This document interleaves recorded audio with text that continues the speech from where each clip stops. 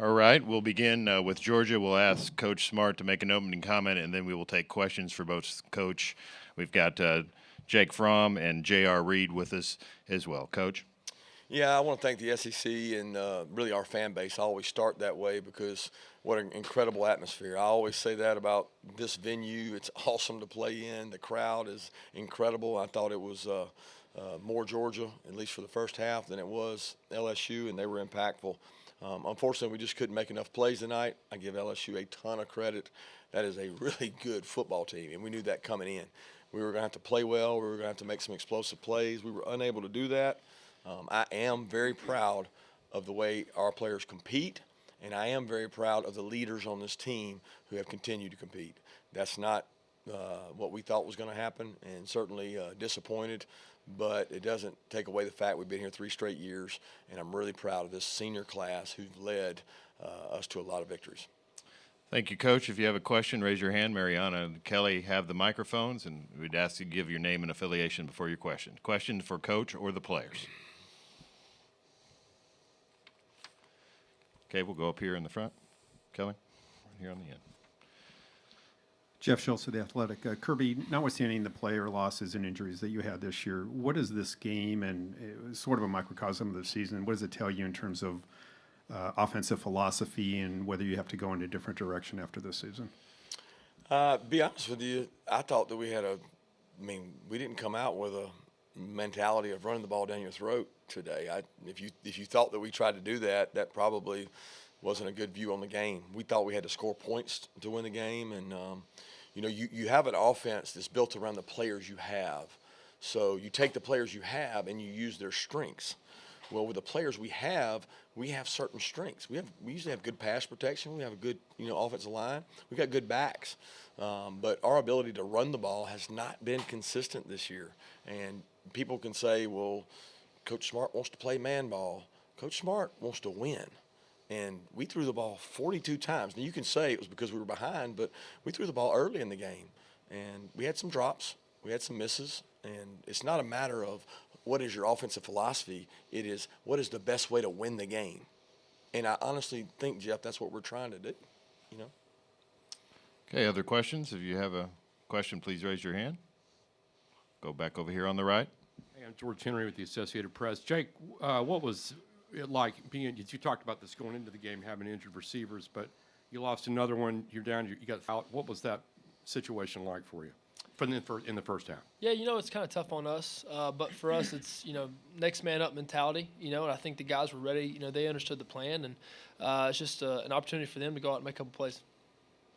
I'd also like to know there was 2 that went down because we lost Don Blaylock and Kieris Jackson for the entire game, which I don't make excuses. We got to go make plays, but those were 2 of the 5 we had left.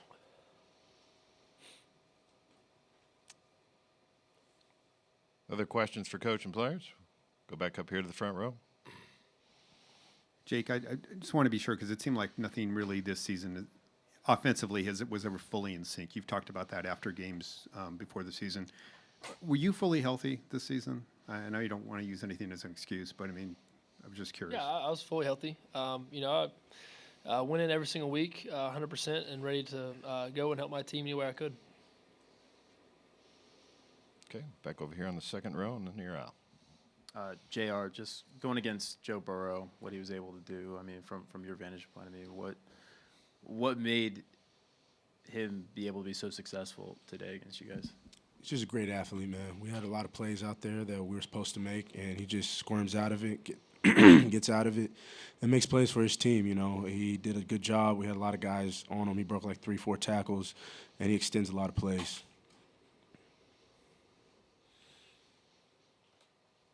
Okay, other questions? Raise your hand. We'll get a microphone to you. Go back over here on the right. Jake, what was that like having the pass drop on Lander's play? And I'm not asking you to point a finger out at him, but just the kind of the deflation that happened after that. Did you kind of feel like that was the last gasp situation for you guys? No, for us, it's always about fighting, and stuff happens in football. That's part of the game. There's a lot of ups and downs, especially, big games like this. There's a lot of ups and downs in it, and you just kind of have to weather the storm at times and, go and try and make the next play. Okay, we'll go back over here to the right on the op. This is for Coach Smart, Gary McKillop's AP Radio. You were pretty much in this ball game going into that third quarter. Was that 70-yard pass that that was thrown? Was that the kind of the backbreaker in this game? Yeah, there were several. That one was frustrating because we thought we had a really good call on. We had a pressure and we had a guy come sky free. He missed him, and then I think we missed him again maybe on that same play. And hey, I thought that was the perfect call by our defense coordinator, and they made a better play than we did a call. And sometimes players do that, and you learn in coaching that good players make big time plays, and that was an incredible play by Joe Burrow. We brought 6 people, when you bring 6 people, you expect to get home, and he made a hell of a play. I give Joe Burrow a lot of credit, man. He is a phenomenal player. Okay, back over on the right. Kirby, just so I understand, but it looked like early in the game you guys were only bringing 2 or 3. I mean, I could be completely wrong, but just the defensive philosophy early in the game, it looked like Burrow had just tons of time out there. Yeah, we had a 3-man, a 4-man, a 5-man, and a 6-man rush, and we try to change those things up.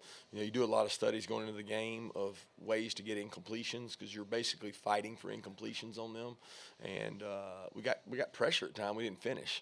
When we had the 3-man rush, a lot of times he was able to hold the ball, but we had a lot of guys covered, and you're fighting. We got him to 3rd and long on that opening drive and didn't get off the field, and they end up converting to a touchdown. So I give him a lot of credit. But, yeah, we did. We 3-man, 4-man, 5-man rush. We played 7 DBs. We had a lot of different looks. Okay, we'll go back over here on the right. Do you have one? All right, over here on the near out. Kirby, what was DeAndre Swift's real status at the start of the game? DeAndre Swift's real status was he practiced all week. He did everything we asked him to do. He said he was going to be able to play and thought he'd be able to compete and play. He felt good in warm-ups, and he played. I mean, there was no – I mean, as far as I know, he was fine. Now, towards the end of the game, we ended up holding him out once the outcome was decided. But he seemed fine to me. Okay, we'll go here on the second row, right in front. JR, just to kind of go back to what you were saying with, I think for that second touchdown, it was 3-man rush. I think Joe had like 8.5 seconds before he threw that touchdown pass. I mean, how tough is it to cover guys for that long before that? It's a very tough thing to do, but at the end of the day, it's our job to cover in the back end. So we gotta cover those guys. We gotta get the ball down. It's something we practice. We knew what the game plan was going in, and we just gotta do that job. We'll go 3/4 of the way back on the right. Kirby, what's the biggest thing about LSU's offense that just kind of took the SEC by storm this year? Is it the quarterback, the play calling, the running back, combination of all of it? What can you put your finger on? Yeah, that's a great question. First of all, I've been in this league for a long time, and I don't know that I've seen the combination of things they've got. Okay, they've got an elite quarterback that's a really good athlete. All right, they have a back that is a matchup guy. He can match up on anybody and go win. They've got really good wideouts, and they've got experience at the offensive line. So they go tempo, but they don't go tempo to just run the ball. They go tempo and take shots. They never change personnel. They play 28 consecutive snaps with the same people on the field. So it does not allow you to substitute in the pattern that you want to. So there's a combination of a lot of things, and it is scheme-oriented, but it's a lot more than scheme. I mean, they have plays that they've run all year that we've run all year. Our plays haven't looked like their plays because a lot of times we may not have the same guys doing those plays. And they got a great group of wideouts combined with an extremely athletic quarterback, and it's hit at the right time. So I got a lot of respect for what they're doing and who they're doing it with. They're hard to defend. Got one final question here with Andy in the front row. Going to that answer in the offensive philosophy. So Joe Burrow's numbers last year were pretty much identical to what Jake's were this year, and Jake's were better the first 2 years. So he didn't become a different person, but clearly something changed. Do you feel like you're getting the most out of the talent you have, or do you think it's a recruiting issue that you need? Like they have, you said they have the same guys, but they're doing all this stuff. Yeah. Well, first off, I would say what you just said. You said the first 2 years Jake's numbers were better. Right. All right. So the indicator of that was 4 wide receivers who were on our sideline that were drafted that are playing in the NFL. Okay. So right now, I don't know if we have 4 wide receivers that are going to be playing in the NFL at this time next year. And the loss of those wideouts, the vertical threat, has probably hurt our team. Now, that's my responsibility, right, to replace them. That's my responsibility to replace them in recruiting, and we probably haven't done a good enough job of that. Now, we had 2 or 3 out different games of the year. So we've not had a consistent group out there. We went out and got a grad school transfer that we thought would help. So a lot of those things fall on it. People can point at Jake. They can point at Coley. They can point at me. I understand all that. But at the end of the day, it's not about that. It's about what can we do to win each game individually. So there's, like I said, there's a lot of plays that they run that we run. You go watch the tape closely. They run the exact same play we do. What's the difference? Right now, they're having more success with it. They got guys that are getting open one-on-one and catching the ball. I don't know how many drops we had tonight, but I feel like we had to have had 5 or 6 that you could say should have probably been caught. And we would have been more explosive if that was the case. And I don't mean that in disrespect.